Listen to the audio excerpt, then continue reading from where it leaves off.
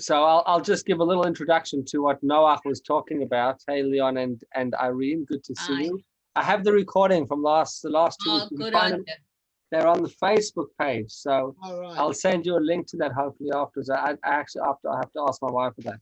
Thank But I wanted to share with you as an introduction that today is a special day. Is my thing jumping, or is it just what I'm Yes. saying? You're jumping. Yeah. Jumping. I am jumping, huh? I don't know why I'm jumping. Come closer to me. Maybe it's my Both Give me a second. video and audio, this jumping. It's a pretty cool effect, actually. I hope it's really you and not an android. is my voice jumping? It's okay now, but it was before.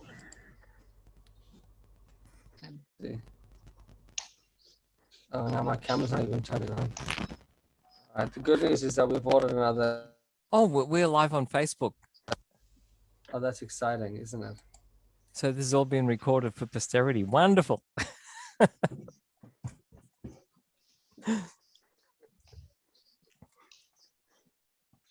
Could be another one of those alien sightings that have been going on. Yeah. There we go. Can you hear me? Whoa. Yes, much better. Much better? All right. I think it could have been just. All right. Today is Yud Bet Yud Gimel Tammuz. Sorry, it's suddenly working. The volume was 3 times higher. Yeah. I'll talk softer. Is that better? No, today is Yud Bet Yud Gimel Tammuz. Yud Bet Yud Gimel Tammuz is a very special day on the Jewish calendar. For Chabad movement, it's the day that the previous Rebbe was redeemed from prison. So, in communist Russia, in the days of communist Russia, all Judaism was banned, all religions were banned, and the harshest, what's the right word?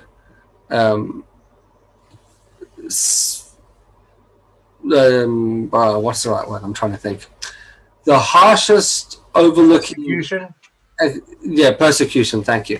The harshest persecution was against the Jewish community, and that was actually done by Jews, because a lot of the young communist, Marxist, revolutionary type people believed that Judaism was the problem, and therefore they created their own Jewish police known as the Yevseksia, and unfortunately, is one of the saddest prison history that. Millions of Jews lost their connection to Judaism. The only people, as far as we know, that on a broad sense continued Judaism undercover in Russia was Chabad. Chabad set up under the previous Rebbe, set up and at literally the risk of their lives and the lives of their family. And that's why it's understandable why so many people lost all their connection to Judaism because it was so risky. And many Hasidim died for running undercover yeshivot, but it was the call of the time. It was that or the continuity of Judaism. And they chose that Judaism was greater than them individually, and that was their life role. And the previous Rebbe was arrested, and he was first exiled, and then he was told that he had a death penalty against him. And on Gimel Tammuz, which we commemorated 10 days ago, that was later on became the day of the passing of the Rebbe. He was told that he was no longer going to get a death penalty, but he was just going to be exiled. And then 10 days later, he was told that not only was he not going to be exiled, he was going to be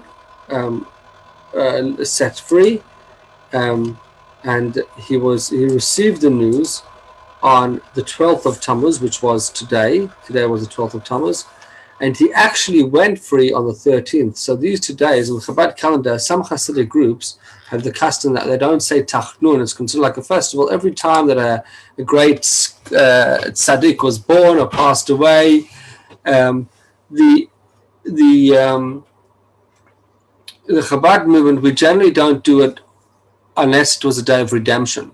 So if it was a day that was actually that Rebbe was actually freed, then it becomes a day of a major celebration. So this is it's almost like you see the savior of the Chabad community. And in the case of the previous Rebbe, he saved all of Russian Jewry, and whatever remains of Russian Jewry is undoubtedly thanks to the Lubavitch Rebbe. Golda Meir herself, who was at some point the ambassador of Israel to the Soviet Union, herself said that it was thanks to Chabad that there was even any embers left of Chabad. Wow. Is anybody else hearing a buzz when I speak? Not anymore. It was on before, but not anymore. Okay, that's actually coming from something else. That buzz was from the air conditioner behind me. Every once in a while it gives a buzz. All right, so that's what you say. So today is a day of celebration. So we'll start off with the L'chaim. So L'chaim, Kinderlach, Ketzele. We say L'chaim, Kinderlach. This is a Negelbasser cup. I'm not going to say L'chaim from that, but if I were to drink it, we would definitely be rolling under the table. Hasidim back in Russia, that would have been, I'm sure, a breeze. If it was filled with vodka, it would have been no problem. There was a couple of really old Hasidim. I'll just tell you a Hasidic story of talking about lots of L'chaim. There was some elderly Hasidim that were Hasidim of the Rebbe. They were Hasidim of the previous Rebbe and the Rebbe before it, the fifth Chabad Rebbe. One of their names was Chitrik, and I can't remember the other one's name. But they lived, this guy Chitrik, he lived till I think it was even over 100 years old. And every Shabbos he would make Kiddush on Zetzik Neinziger. Zetzik Neinziger is 96% alcohol vodka. So basically, I don't know, by the way, even call it vodka. It's basically pure alcohol. But that's what he had. And when he was in his late 90s, he went for a lung checkup, and they found water in his lungs. And he said to his wife, "You see, that 4%, you see what it's done to my lungs? There's water in my lungs."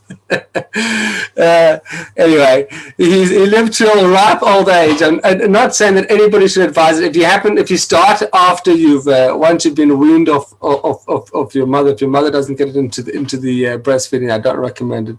Anybody tries it. I think there's something about special Russian blood that they could handle that. Not only that, they survive long. He was well preserved. He was well preserved, yeah. Got rid of any type of coronaviruses or issues that they would have had. He would have even survived the vaccines, you know. Sorry. Okay, so let's get into our main topic of tonight, which is one of my favorite topics, and I may have even done a share on this in the past. This is the beginning of Rambam. We started off, for those that joined a little bit later tonight, while we were getting everybody in, we started off actually discussing about the Rambam and Saladin. Hey, Ruben, we have somebody joining us all the way from the other side of the world. From Okay, so I don't know. Did you get a COVID test, Ruben, to join us today? I don't know if you could come. COVID test for why? Quarantine. Coming from WA. All right, jokes aside, let's, the Rambam, the reason why I wanted to do this is by Hashgacha, by divine providence, we started talking about the Rambam before in Saladin. In 1984, just before the Rebbe's birthday, the Rebbe instituted a new, in 1984, the Rebbe instituted a new decree decree. I don't call it not a decree, but a new directive for his followers, for the Chabad Hasidim, and that is that every year they should try to complete the entire Mishnah Torah.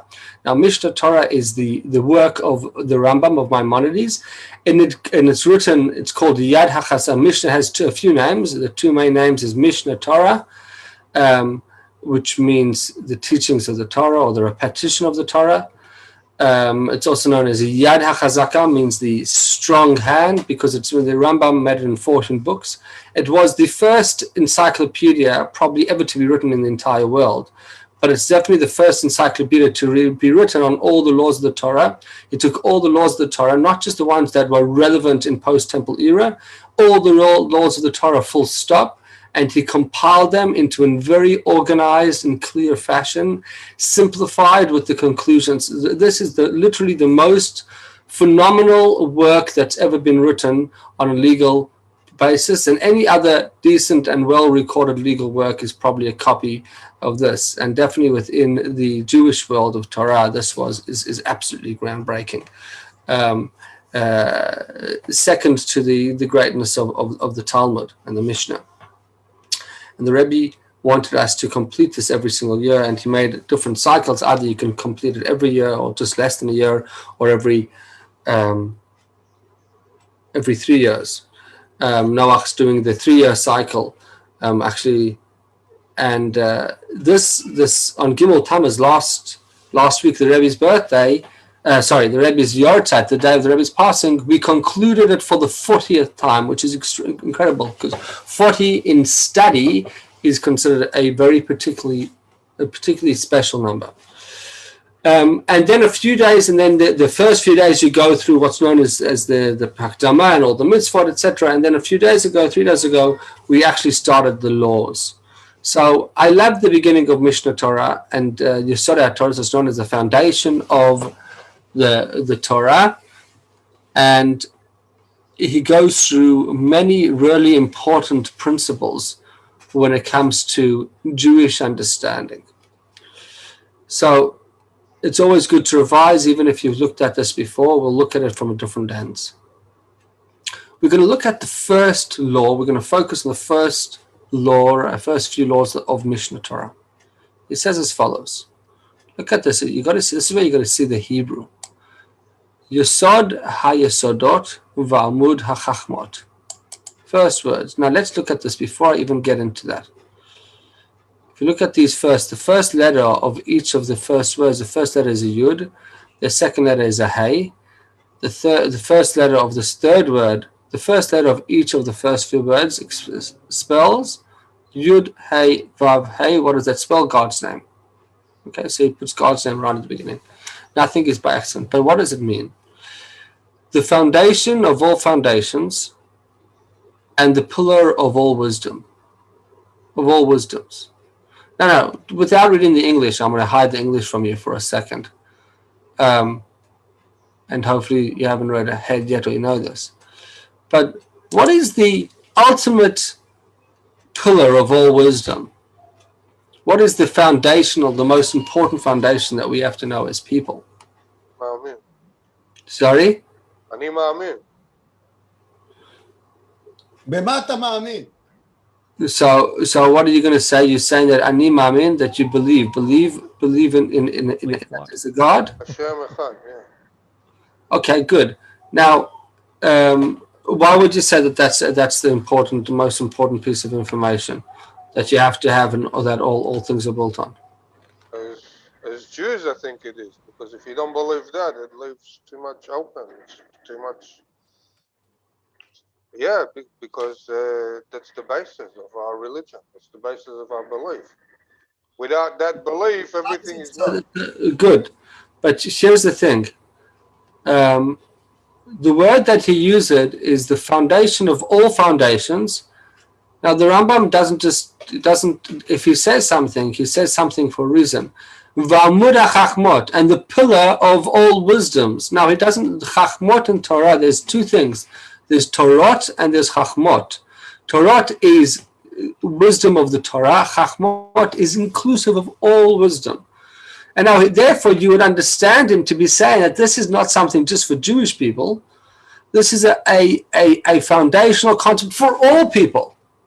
Now, let's look at what the foundational concept is, and then let's see if we can maybe understand why this is so foundational, why this is so important. And I agree with you, Noach. I just want to try to... Good. Yeah. So he says, the foundation of all foundations and the pillar of all wisdom. What is that? He says, the first thing that you have to know is Leida Sheyesham Matur Rishon. You have to know that there was a primary being. Now, what do you have to know about that primary being or that first being? Matsur Rishon, a first existence. There's something else that you have to know about this first existence. V'hu mamtzi kol nimtza. And everything, all beings come from this, brings them into being. Okay. And the third thing he wants us to know is v'chol hanimtzaim b'shamayim v'aretz, and all that exists in heaven and earth, u'ma shebeineihem, and what is between them, whatever is else you include as an existence, besides for heaven and earth, lo nimtzu, that don't exist, ela me'amitas hematzoi, that only come from the truth of his existence. Now this is like the Rambam is calling it the pillar, the ABC of everything that that you have to know. If you want to know something, if you want to start learning logic, if you want to start becoming a student of intellect, you want to go to university, you want to go to yeshiva, you want to go to any type of college and school, first thing you have to know is this. What are these three things? What is he telling us? That this is the foundation of all your knowledge. You see, every child assumes that everything that exists comes from somewhere. You're born with a belief that everything comes from somewhere. And therefore, as soon as, if you have a thinking child, and when I say thinking child, I'm not saying a smart child, I'm saying thinking child. Because sometimes you have kids that don't have tremendous knowledge, but they're thinking children, and they'll say, where did God come from? Who created Hashem? Right? Yes, yes, yes. And that's an important question. Who created God? And I think every thinking person should stop and say, where does God come from? Because if you don't have that question, because we have an understanding that everything that exists in the world, everything that exists comes from somewhere. So therefore your first question is, the first thing you have to know is, where does everything come from?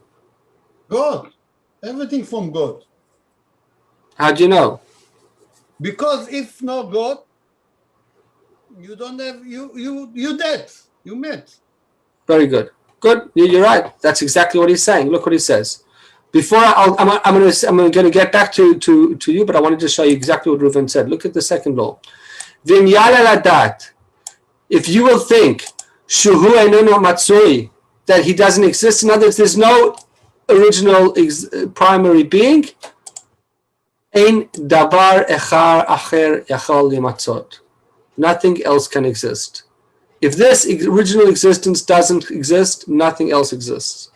This is just, in me, it's one of the most brilliant words ever said, ever spoken.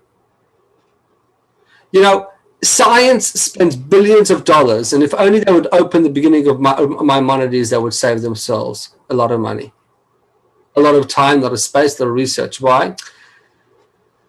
But they're not trying to prove the truth.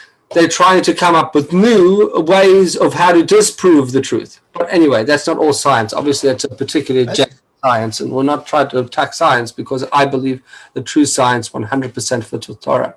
As a matter of fact, no science cannot argue with Torah, because this is a fact, what I'm about. What we're about. אני אתן לך דוגמה אם אתה רוצה גם. מומנט, שנייה, רק שנייה. אני צריך גם קודם להסביר את א'. אתה כבר הסברת את ב'. אני אסביר לך מה היה לי השבוע גם. תקשיב. תגמור. Okay, so let's look over here. The first, most foundational thing, we're talking about foundations upon foundations. He says, what's a foundation? Let's start from the beginning. A foundation is what holds everything else up. If you have a weak foundation, then what's going to happen? Then everything that you build upon top of it is going to fall away. You could come up with the greatest ideas. You could build the most beautiful, incredible building. But if your foundations are not good, you've ruined the whole project. No good edifice, physical building, intellectual building, nothing can stand without a good foundation. So if your premise, if your foundation is not good, then you have no starting point. So your starting point has to be, where does everything come from? Because we see and we know that everything comes from somewhere. I'm sorry we're getting intellectual, but this is the ultimate point of intellectualism. This is where you have to come from. The most basic maths equation, the most simple concept within logic is this, that 1 + 1 = 2, right? All of logic, all of intellect is based on that concept, correct? Ken, yes. Anybody disagrees with me? No? 100%. I could actually disagree with you, but that's a whole other topic. Okay, but in general, I'm sure if we get into physics and into other different realms, in general, logic is something which is mathematical. The concept, the very definition of logic is that it's measurable, it's equatable, it's definable, and it adds up. That's what logic, that's how we describe logic. I'm not going to go into the thesaurus of logic, but that's the understanding of logic. And all of logic is based on a maths equation of 1 + 1 = 2, right? And of course, when you go into heavy maths, they have different ways of seeing it, but it's really and truly that concept, right? So if you don't have that concept, then you won't be able to figure out, if you don't have the concept that 1 + 1 = 2, then 5,000 times 50 billion trillion you can't get to, because you have to start with 1 + 1 = 2 in order to get to understand, because the whole thing, all other maths starts from the first thing you teach a child is 1 + 1 = 2. Correct? You with me? Yes. Yes. Okay. So the same thing over here. Every child knows that one thing comes from the other. In general, right? We see childbirth. We see a child is born, and we say, where does the child come from? Oh, it came from mommy. Where did mommy come from? Mommy came from grandmommy, right? We see that everybody comes from something else. The seed gives birth to the new plant gives birth to new seeds, etc., ongoing, on ever-going cycle. Everything else comes from something. But where does the world come from? So there was a theory that it just always was. The universe just always was. People have tried to say that. But the only reason why they even thought that is because they've missed the foundation. The very fact that for thousands of years, philosophers and scientists believed that the universe always existed is because they were missing one major component, that nothing could always exist except for one thing, the essence and truth of everything. I hope I'm making sense to you, and I hope this is not overly basic, not overly deep, and not overly complicated. So look over here. He says, if you want to start teaching intellect, you want to have the foundation. You want to make sure that everything you study, all science, all philosophy, all history, everything, you have to first accept this concept. What's the concept you have to accept? It doesn't say you have to accept God, by the way. You have to accept that there is a pillar of wisdom. There's a pillar of wisdom, and what's that? That there was an initial existence. That everything comes from an initial existence. There was, number one, you have to know there was initial existence. And number two, you have to know that everything comes from an existence. And everything else that exists comes from the truth of that existence. In other words, it's dependent on that existence being true and real. So how do we know that we exist? Do we exist? Are we really existent? So look, Hasidus, by the way, just to throw a little horn and to make this even more complicated, Hasidus likes to say this, because we know that in the Torah it says, "Enod milvado," nothing exists besides for God. Have you heard that concept? Yeah? Do we exist? Are we alive? Do we really exist? We're a simulation. We're a simulation. We're just part of the matrix, right? We're Just one square in the matrix on my screen. That's right. There you go. So, sorry. So he says over here, if you look over here, "Chol hanimtzaim b'shamayim lo nimtzu." Now, for those that understand Hebrew, it says that everything that exists in the heavens and the earth and what's in between them, lo nimtzu, they don't exist. So if you delve into what the Rambam is saying, is that the truth is that nothing truly exists. Ela mei mitase matzu. The only reason why they do exist, they don't truly exist. We don't really exist. All we exist is within God's truth. If God is true, then we exist. But by the way, once again, I don't like using the word God because the Rambam doesn't actually use the word God over here. He talks about a primary existence. You know, the Pew Research Company, that is one of the, I've spoken about them a few times lately. They are one of the biggest research survey companies in the world. They do all different types of surveys on different religions and whatever it is, all different types of cultures. They've done a few on Judaism, everything. And they did a survey some years ago about belief in God, whether the average American believes in God and how they define God.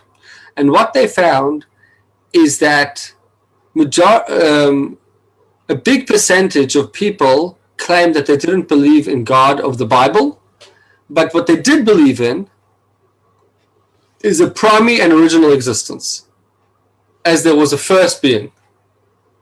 Even proclaimed atheists, people that claimed to be atheists, believed in a primary original existence, that there is some type of existence out there. Oh, just not God of the Bible, of course, right? And that's why the atheists, I don't know why that's necessarily considered atheists. So here's the thing.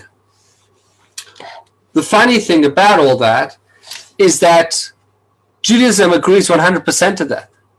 Judaism agrees that the God that has been described by certain religions, and that if you were to take the Torah on a certain level, would not be the real God. It's not who Hashem truly is. And therefore, if you wanted to call Hashem by different names, there's so many different names of how we call Hashem in the Torah. The word that we use primarily for God is Yud K Vav K. That just means the being, the existence, which means what he was, is, and always will be. He's not described by anything. There's no God. What's God? It just sounds scary. The existence. What do we use him to say when we refer to him in normal discussion? We say Hashem. What does Hashem mean? The name. The name that we don't have a way of describing. The existence. The true existence. And one of my favorite stories on this subject is from the Reb Levi Yitzchak of Bardichev, where he is once approaches a man that he sees doing some work on Shabbat, I believe it was, in a forbidden manner in public. And Reb Levi Yitzchak of Bardichev said, surely you know it's Shabbat? And he said, no, I do know it's Shabbat. He says, surely you know that you don't know that it's forbidden? No, I do know. So he gets into a discussion with this man, and he says, what's going on? So why is it that you're doing this work on Shabbat? He says, because I don't believe in God. He says, oh, really? You don't believe in God? He says, yeah, tell me about this God that you don't believe in.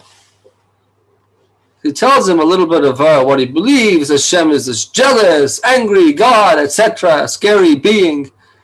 To which he replies, my friend, I promise you, the God that you don't believe in, I also don't believe in. We're on the same path.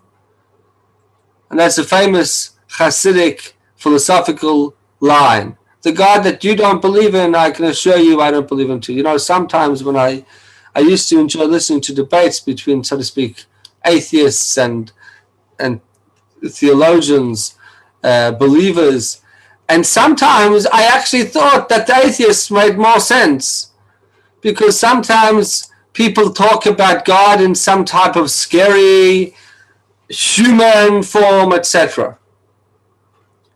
Okay, now Rambam's going to talk about that concept. But this is the important concept. The God that you don't believe in, if somebody doesn't believe in God, I can assure you that what he's described or what he's imagined God to be, I don't believe in that too. But what most people believe in as a primary being, something beyond anything that they can imagine, that most of us, that's what Judaism believes in too. Okay. So here's this, getting back to our original point. Yesod Yesodot v'Amud HaChachmot. What's the pillar of all wisdom? You have to know that there's a first being, and everything comes into. Why is that so important? Why is it so important? Because if you don't have a first being, nothing else can have come into existence. Nothing comes from by itself. Just to give. I don't remember all this. There was a few years ago, I looked into all the history of different theories of how the world came into existence from scientific theories, right? So there used to be a theory. The original theory was that most scientists bought into, non-believing scientists, is that the world just always existed. And then it was proven that the world is expanding. Right? The universe, is expanding. And therefore, when they saw that the universe is expanding, that the planets are all moving further and further away from each other. So the question was, we should be infinitely far away from each other if the world has existed forever. So then, I think it was Stephen Hawking that came up with a theory. It could have been somebody else, but I think it was him or somebody else that came up with a theory that said, well, every once in a while, the universe slowly creates something from by itself, something else comes into existence. And I forgot the name of this theory, which basically said, that things pop up slowly and they grow, and that's how we have existence. That's why we're not infinitely far away from each other. And that answered how, the world could continue to exist forever. So it's amazing how every time another proof of the Torah and the truth of the Torah comes about, somebody comes up with another quacky theory. Like now we have the theory, and I'll get into, and I say quackly because I really think that some of them are quite interesting. That whole theory, and maybe somebody remembers the name of it offhand. I can't remember offhand the name of that theory. There's multiverses, bubble theory. There's many. Multiverses is a newer theory that comes out. That's the other theory. The other theory that was a prevalent one. The theory that theory was ultimately disproven when there was two scientists, of which one I think was I wasn't actually planning on talking about this in today's shir, but it's come about, that they were doing they were trying to create some type of satellite and radio thing, and they picked up sound waves that were clearly from something that happened a long time ago, and they were able to prove that it's almost like a remnant of the original creation. That was the Kobe experiment, the cosmic background radiation. That's right. Sorry, yep. So that almost by mistake, by the way, they actually did it by mistake. Yep. Almost hands down proved the concept of the universe having a starting point. That the world. For a while, they thought it was an artificial artifact caused by pigeon droppings on the equipment that was measuring the radiation. That's right. It wasn't supposed to be there, and then unexpectedly, they just stumbled across this background radiation that it proved that it was an uneven distribution of radiation in the known universe. If there was no Big Bang, the radiation should have been evenly dispersed, but it wasn't. Right. And basically what that proved is that at some point the universe was really in one minuscule tiny being which just exploded and came. Now, does it fit with the Torah? It certainly can fit with the Torah's ideology, but it certainly proves that the world had a starting point. And the point being that Torah has never been disproven. No one has ever disproven anything from Torah as far as I know. I don't know of anything. As a matter of fact, the longer we continue to exist and the more scientific breakthrough, the more we can prove things that the Torah mentioned thousands of years ago, which one day we may go into a shiur on that concept. Actually, Noach recently sent me a great video if anybody's interested from Amnon Yitzchak, where he goes through a whole bunch of those proofs. But one day we'll... אתה מאמין לו? אתה מאמין לאמנון יצחק? אני מאמין. אתה יכול להאמין. אבל הרבה שטויות הוא מדבר שם. המון שטויות. כל אחד יש לו את הדעה שלו. כן, אבל הוא לא רופא והוא לא אלוהים שהוא אומר לאנשים לא להתחסן. אתה מנסה להבין את זה? We need subtitles. Somebody typing subtitles. No, sometimes it's better. I Sometimes it's have to say, we need to, in English, please. He's Sometimes it's better. told all the Jewish people in Israel to don't do the vaccine, the COVID, the vaccine. All the people don't do this. Do you know one person? No, Woven. his rabbi believe it's God. It's not God. His belief is a God. No, it's it not doesn't. God. It's only No. rabbi. כן, 100% מה שאני אומר לך. Okay. אני עוקב. Okay, בכל אופן, anyway, he brings a few interesting points in that video, which is it dates way before any time before COVID.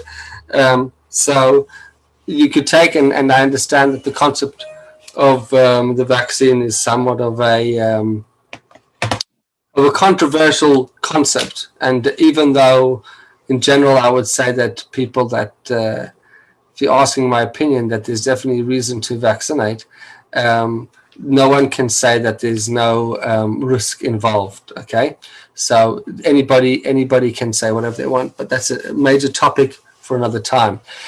So either way that you want to look at these arguments, there's a saying that we say in Talmudic discussion that each one has their own logic, and as long as you're willing to be open-minded, you can see either perspective, and we have to choose which one is the more one. But sometimes there's no logic, and that's what we're talking about today. When every time that science has, against their will almost, with their hands tied, have to accept the concept of the beginning of a universe. The uproar and how difficult it was, and how many scientists, and even Stephen Hawking himself, who was considered the greatest scientist of the last several decades, he himself said we have to find a way to disprove it, because proving the start of the universe would be proving the Bible, and we can't allow that to happen. But what happens? Sometimes you can't. Your own ego, or your own sense of trying to, whatever it is. Anyway, I'm not getting into the politics of it. We sometimes get caught up in this concept. It's a logical thing. It's far more logical to say that the universe had a start from a scientific perspective. But some scientists are bent against it, and that's important to understand. And this is what Rambam is trying to say. When we understand the ultimate pillar of wisdom, that everything has a starting place, you're going to come to one conclusion, and that is this. If everything comes from somewhere, where does everything come from? What was the first existence? Now, as far as I understand, science has come to one conclusion that majority of scientists agree with, and that is that the universe at this point the general consensus of scientists is that the universe has a starting point. But what that starting point was, some people will say this or that, and how that thing came about, nobody can really tell you. But as logical people, we have to stop for a moment and say, the Torah told us already where it came from. It came from a being that was outside of the universe, that was beyond the universe, that was greater, that had to have the power to make that come about. That's the only logical answer. And when we look at the beauty and the perfection within the universe, to think that it just came about by itself, you would have to ask yourself, what's more logical, what's more truthful to believe? So the Rambam saying, and I think that to me this is purely logical, that the logical, rational, scientific approach, the 1 + 1 approach to understanding where everything comes from, is that you have to come to a conclusion as follows. Bear with me. Everything comes from something. And that thing will come from something else. And that thing will come from something else. Eventually, you're going to have to stop and say, where does the first thing come from? Who made the first thing? In other words, who created God? And the answer to that is there has to be a existence that always existed, did not have to be created, because that's the truth and essence of everything. Because if you don't have such a logical conclusion, you will never be able to get to the bottom of logic. Where does the first thing come from? I can't understand. I've never heard anybody able to disprove that concept or answer. I'm not trying to be egotistic. I just don't understand how logically there's any other way of understanding it. And I think once we have that premise, that eventually you come to the conclusion that everything had to have come from something, and that one thing eventually, if you go back enough, just had to always exist. That has to be. This logic says that has to be. Then you're certain that there was a God, there is a primary being that everything comes from. And now you can start saying, okay, how did that primary being create the world, make the world come about? Because as long as science or anybody that's trying to understand anything of philosophy, your morals or ethics or anything doesn't recognize this being, says the Rambam in his thing, in his introduction, he'll be missing the ultimate pillar, the ultimate foundation of all foundations, and the pillar of all wisdom. You cannot go forth without this concept. And that's why I often say that when people have this understanding of everything coming from a central existence, a God that everything comes from, so to speak, and he had a purpose and meaning within that world, and they accept that,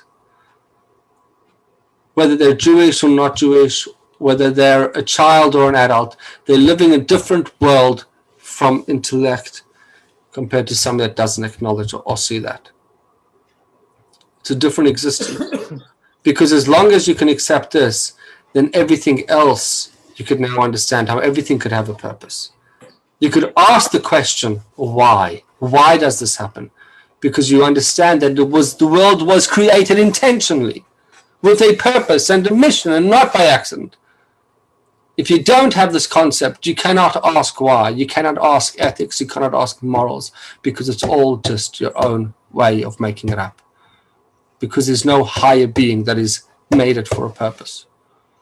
Every single purpose, this is the pillar, the foundation of all foundations, not just for understanding where the world comes from, not just for understanding religion, not just for understanding, it's for understanding mathematics, which is the basis of science. It's for understanding psychology, because that's the basics of the human role in life, of what's our mission and purpose. It's for understanding religion. It's for understanding relationships. It's for understanding business. There's no part of wisdom, of intellect, of knowledge that can exclude this foundation, says the Rambam. To me, this is like one of the most powerful lines a person can ever write. And I don't think that I really appreciated this till later on in my life. So let's go on. First of all, I'll pause just for a moment. If anybody has any questions, points, or arguments before, I just want to go a couple more lines in. Can I mention just one? The translation again. Yeah. I use the word. I haven't been looking at the translation, to be honest. Yeah, because creator, I mean, the title creator doesn't appear at all, but it's a term, a title that we use a lot in everyday discussion. The creator is the existence that created everything else. So the Hebrew, Matsui Rishon is a creator. No, the Humamtzi refers to creator. So Matsuri Rishon means the first existence, and then the second point is that this first existence, it's a primary being, was created by him. And the third thing is it comes from his truth. It is from him. That's the third point. That doesn't sound right. Sorry. So Matsui Rishon, what's your understanding of Matsui Rishon? The first existence. The first, which is not the same as creator? No, Humamtzi, meaning he is creating. Kol Nimtza, every other thing. So Matsui Rishon means the first existence. V'Humamtzi, this first existence, brings into being, which in other words, brings into being means creates. He creates every other existence. And the third point is that all those other existences are existing from the truth of his being. So Matsui Rishon is the first reality. Well, it literally means the first existence or first being. Not the first being. First existence. Matsui is an existence. That which exists. Matsui is that which exists. Okay. So that was the first 3 points. The first 3 points, they all come together. Number one, there's a first existence. Number two, that first existence, from it comes about all other existence. And the third point is that, that he brings about other existence and that they come from the truth of his existence. Those 3 points are really important. Those are the pillars of the wisdom. Now, the next point was what Reuven said. If this is not true, if you want to say that there's no first existence, then nothing else can exist. Why? Why can nothing else exist? In other words, if someone wants to say there's no God, then how does the world come about? If there's no first existence, then you're saying, so then what are we? We're the last existence. Everything has to start from somewhere. Basic knowledge is everything starts from somewhere. Things don't just exist. That's an impossibility that things exist forever. Things exist only as long as they are brought into existence. The world could not just have always existed. But funnily enough, that's what many philosophers and even scientists believe for millennia. So when you say world, you actually mean universe, that the universe exists? Universe, right. Yeah. Okay. So the Rambam, when he says the first existence, he's referring probably to the universe? Is referring to before the universe. Before the universe. Is talking about God. Talking about Hashem. Saying that there is an existence called God. But I thought V'hu Mamtzi is referring to creator. That's bringing, no, V'hu Mamtzi, that V'hu, this first existence, which is God, okay, is the creator. That's the second point, that he makes everything else come into okay. existence. Thank you. V'hu Mamtzi is that he creates. Yeah. So the word Mamtzi is actually an interesting wording. In the Torah, it says bara, which means to create. Over here, he doesn't say bara, he says brings into existence. He causes them to exist, right? Which is more of a definition of what creation is. Okay, but the second point, I think, is really important. Someone that stops and says, I'm an atheist. Yeah, I don't believe in God. So Rambam says to that person, I don't understand. So where does everything come from? So where did everything get? How did it get there? How did we get there? Evolution. Okay, the first thing, where did that come from? Oh, no, it came from this, came from that. Where did the very, very first existence come from? I don't know. Of course you don't know. Because there's answer is it came from the first existence. If there's no first existence, then nothing can come about. It's very logical. Okay.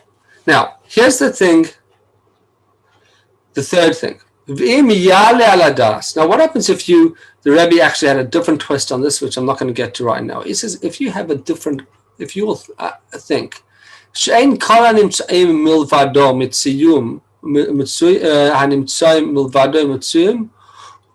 think that nothing else exists, they say, have you ever wondered, thought, I could be here talking to myself, or just some people that make them look, it could be all in my mind. Yeah? At the end of the day, even if that was true, that nothing else did really exist, he would still exist. If you will think, because the Rebbe would say, yale means to elevate. If your mind will have an elevation, you'll recognize that you don't truly exist. Only God truly exists. Okay, but that's a discussion for another time. God could never be nullified.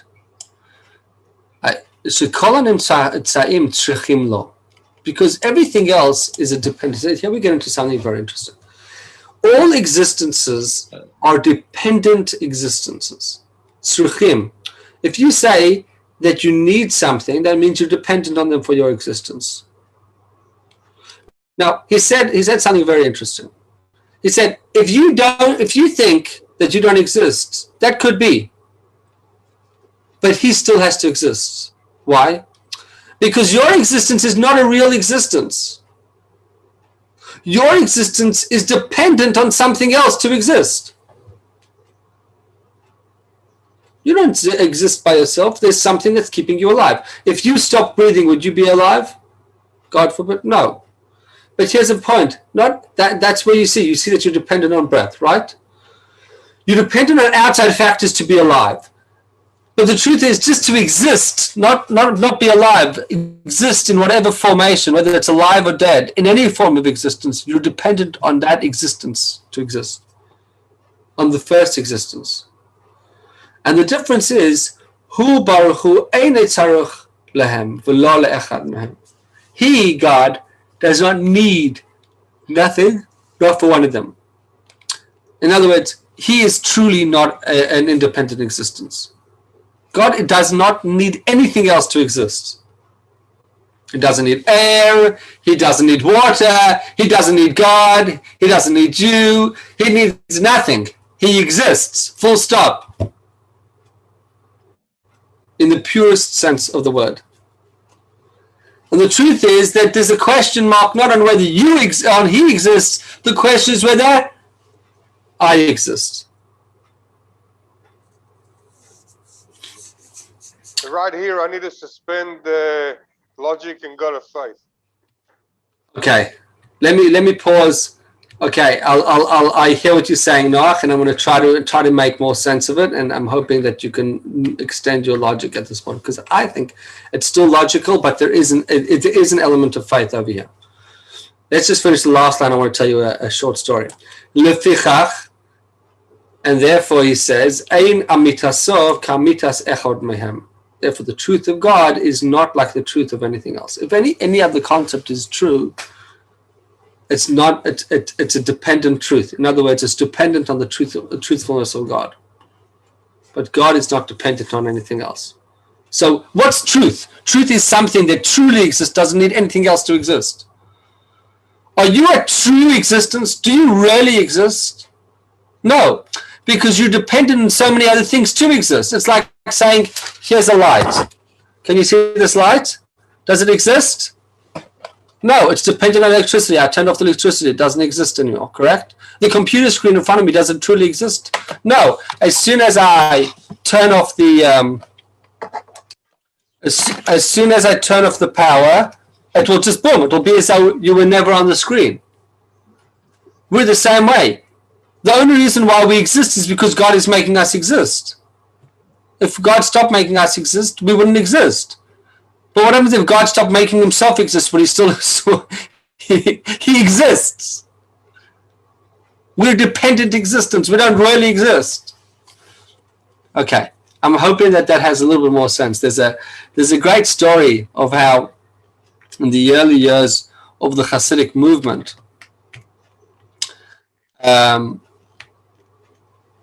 they would go around from town to town, the early Hasidim, but there was great antagonism to the Hasidic movement, and they didn't want to disclose. It was dangerous to disclose whether you were a Hasid or not. So, and just because of lack of knowledge, the word hadn't got around. That there was lots of doubt, and there was some space for it after the time of some false messiahs, etc. Okay, so. It's a famous chassid was once traveling from town to town, and he comes to a very prominent anti-Hasidic town. And when he arrives there, they said to him, well, you know, he wanted a place to stay, and they had a custom that they would test the person, and then if there was a great scholar, they would allow him to stay in the town, as long as he wasn't a chassid. Even if he wasn't a great scholar, they were allowed to stay in their town as long as he was not a chassid, because they didn't want any chassidim influencing their families. And if he was a scholar, they would allow him to talk. Anyway, he arrives in town. He says, I'd like to stay at one of your families. And they said, okay, tell us something. Teach us something. Tell us so we could find out a bit about you. He said, okay, I could tell that you, chassidim, you're worried about chassidim. You know what I think of chassidim? Hasidim are always thinking about themselves, and other people are always thinking about God. You know, the non-Hasidim are always thinking about God. So this sounded like a good shtech to Hasidim, a good, in the face to the Hasidic movement. It sounded good enough. He sounds like he's not a Hasid. He's willing to bash the Hasidic movement. We'll accept him. Over the week, they one of the leading scholars of the town tested him. Oh, he's a great scholar, and he got an opportunity to talk in Shul and Shabbos. Anyway, he was about to leave. He said, I just wanted to explain to you what I said when I arrived. He said, when I arrived, I said, Hasidim are always thinking about themselves, and the non-Hasidim are always thinking about God. And he said, what I meant to say is that Hasidus teaches a person that God is a true existence. God definitely exists. And when you learn Hasidus, you can see vividly the existence of God. And therefore, you're constantly thinking, do I exist? Because I see God's existence everywhere. My question is not whether God exists, it's whether God exists. Other people are constantly thinking, does God exist? So that's why I said, Hasidim always are thinking about themselves, whether they exist, but they know that God exists, while others. So obviously it's not there to try to shtech, so to speak, other people, but it's trying to teach us that the Rambam's trying to show us something. And Hasidus in general has a deep focus on these particular parts of Torah. That there's one true existence. And one thing we can know for certain is that there's a primary being, that everything comes from God. That we could know. Yes. Whether or not we exist. Am I really talking to you? Is there really a Noach Naiman and a Joe Stosser and a Leon and Irene and a Zach and Reuven? No. I don't know if you guys are sitting there. I don't know if you guys exist. I don't know if I exist. And what makes me exist? Maybe I'm just in my head. As in, today I was thinking about ice cream. The ice cream didn't exist. So maybe you also don't exist. I could be thinking about all types of things. What makes you real? Well, I suppose I could say I left half an hour ago, and this is just the loop playing for the show. Yeah, well, that's very possible. You could have pre-recorded that message. And the truth is that you do exist, but only because God is making you exist. And therefore, your existence is not a true existence. You don't truly exist. You exist because something else is making you exist. It's like the reason why this light is on is because there's electricity flowing through it. If I stop the electricity, it will stop to exist. Is the light there in essence? No.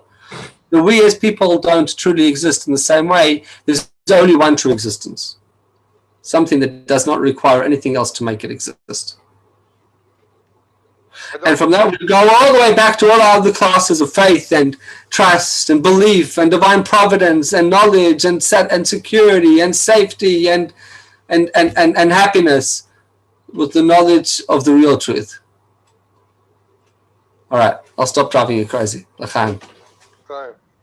I don't understand why, just because I depend on something else to exist, it makes me a non-existent thing. It doesn't mean you make a non-existence. It makes you a questionable existence. It makes you a dependable existence. A non-permanent. I get dependable existence, but not non-existent. What your existence is not your existence as you are now is dependable on something. Yeah, of course. That's why I get dependable existence, but not non-existent. Well, I'm not saying you're non-existent. I didn't say that you don't exist. I'm talking to you. Hello, I'm talking to you. Yeah, that's how I took it. I took it as Hashem is the only real existence, and all of us are not. But And in truth, therefore, in truth, you don't exist. Or, what do you mean I don't exist? I'm a dependable existence. But Okay. it's also, Is the light really here? right now it is. What? Of course But it- hold on. If it's truthfully here, then it will be here even later. and no, we didn't say it's permanent. It's a non-permanent existence. Okay. So hold on. So let's define. So let's define truth. Let's define real. What is real? Something is real is not a fad. It has to exist forever. Yep. So a permanent, durable. Okay. So we're getting into definitions over here. yeah. But you understand that if I say that a true existence is something that always will exist, by the way, you do, as if you have a neshama, a soul, your soul is a true existence. It's a part of God. Just about to say, Modeh Ani is the proof that I exist. But your physical existence is not a truthful existence in that sense. Unless you get into Deep Chassidus, where we show that ultimately that's the ultimate existence. But putting that aside, physical existence is a dependable existence. God has to constantly be remaking that existence. We're going on to other deep Hasidic concepts of constantly recreating, as we spoke about last week, the recreation of the world. But the very fact that the world is being recreated every single moment, the only reason why you saw the light while your screen is on in front of you is because there's something generating and forcing and saying you should exist, giving it the energy to exist. As soon as you stop, it's not there. It was never there. You'll shut off your computer tonight, it'll be gone. Boom. I won't be in front of you anymore. So therefore, am I in front of you now? Maybe. But is it true? What's truthful is the concepts that will stay. There was a book, The Wisdom of Chelm, the mythical town of Chelm, and one of the stories there is about this. That they had the custom in Chelm, Erev Shabbos, they go to the bathhouse, and normally, you wear clothes, you can distinguish how you're different to anyone else because you wear your own clothing. But in the bathhouse, people leave their clothing behind, and this one fella was worried that he goes to the bathhouse Erev Shabbos and he might forget who he is. So I thought I need to distinguish myself from everyone else. So he tied a little red band around his wrist. Yeah. So he went to the bathhouse, he looked at the red band and said, I'm me. Someone else had the same concern. So they tied a red band around their wrist. And this fellow went to the bathhouse and he saw the other guy with the red band. He said, oh, if that fella's me, who the hell am I? Very good. I like that one. Beautiful. Yeah. Yeah, so Well, that's you.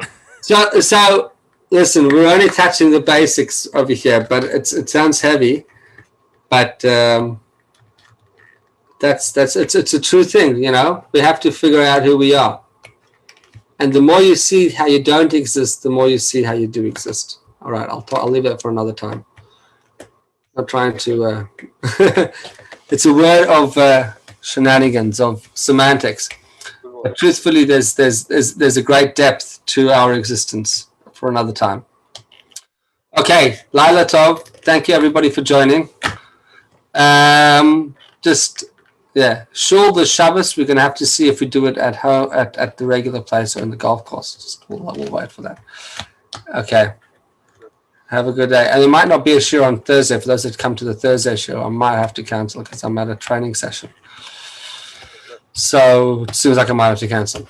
All right. Have a good night. Anybody has any other points, feel free to ask. Good night. Thank you very much. Thank you, יישר Rabbi. כוח. Good night. Later, Tov. Later, Tov. Good night.